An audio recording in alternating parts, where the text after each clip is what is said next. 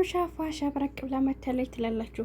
እና እንግዲህ ብዙዎቻችሁ ዛሬ ሄሉና ኤሪክ አልመጡም፣ በጉጉት እየጠበቃችሁ ነበር የዋላችሁት። ለምንድን ነው የጠፉት? እንዴት ነው? ወዴት ነው የሚለውን እናወራለን ትላላችሁ።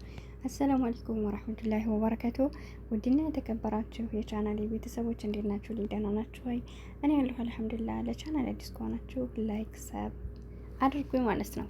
እና እንግዲህ እንዴት ነው ስራ እንዴት እያደረጋችሁ ነው? አብሽሩልኝ። አሁን ሁላችሁም ደክሟችሁ በቃ ከስራ መልስ እርግጠኛ ነኝ በየክላሳችሁ ቁጭ ብላችሁ አንዳንድ ነገሮችን እየተፈረጃችሁ ነው የሚሆነውና ዱአ አድርጉ፣ ዱአ እንጠራረግ።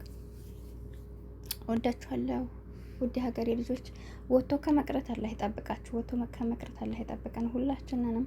እውነት አሁንስ ሞት በዝቷል፣ ያሳዝናል። አላህ ወደ ቀልባችን እንዲመልሰን ዱአ እንጠራረግ። እውነት ነው የምላችሁና ዛሬ ታይተን ነገ እየጠፋን ነውና በምን ሁኔታ ላይ ሆነ እንደምንሞት አላውቅም። ብቻ ግን በጣም ነው የሚያሳዝነው። ዛሬ እንግዲህ በየቲክቶኩ እያያችሁት ነበር። ሐሙዴ ሪያዱን ሁላችሁም ታውቁታላችሁና በጣም ነው የሚያሳዝነው። እንግዲህ እሱ ልጅ ታውቃላችሁ ሳውዲ አረቢያ ላይ ለ11 ዓመት ኖሯልና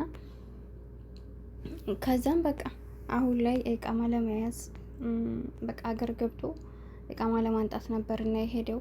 ልክ እስከ የመን ድረስ በሰላም ከሄደ በኋላ በጅቡቲ ባህር ሲሄዱ ነው እንግዲህ ጀልባ ተገልብጦ እንደዚህ ህይወቱ ያለፈውና በጣም ነው የሚያሳዝነው። አያችሁት አይደለ?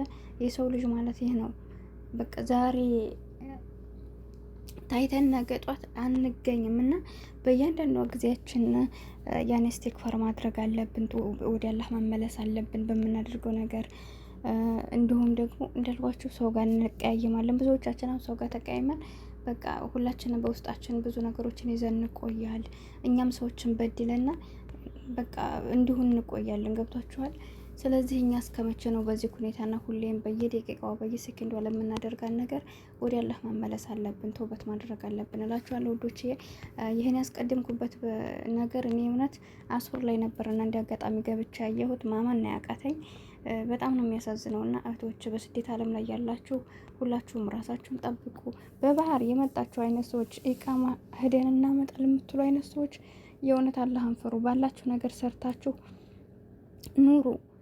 ምክንያቱም ይሄ ልጅ ያለ ኢቃማ ነው 11 ዓመት ሙሉ የኖረው። ግን ዛሬ ላይ ኢቃማ መጣለሁ ብሎ በዚህ እንትን ሲሄድ ቀረ፣ እስከ ህይወቱ አለፈ ማለት ነውና ስለዚህ ከአሁን በኋላ 10 ዓመት 9 ዓመት 8 ዓመት 5 ዓመት ከዛም በታች ከዛም በላይ የሆናችሁ ሰዎች ይቅርባችሁ። በቃ ኢቃማ እንይዛል ወረቀት እንይዛል ስትሉ እንዲህ ሞትም ስላለ አላህ እስከፈቀደልን ድረስ ሰርተው ወደ ሀገራችን ንግባ ለማለት እወዳለሁ። በመቀጠል እንግዲህ ያው ሄሉሻ እና ኤሪክ ትናንት በሰላም በፍቅር ስለሆነ የተለያዩት ብዙ አታስቡ። ዛሬ ስላልመጡ እንግዲህ አያሳስብም።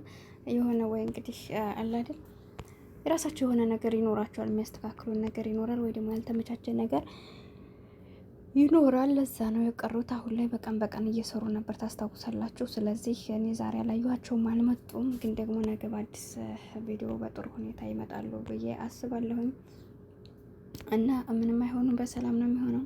በተረፈ ወዳችኋለሁ፣ አከብራችኋለሁ። ውድ ሀገሬ ልጆች ቻናሌ ላይክ ሰብ እያደረጋችሁ አበረታቱኝ።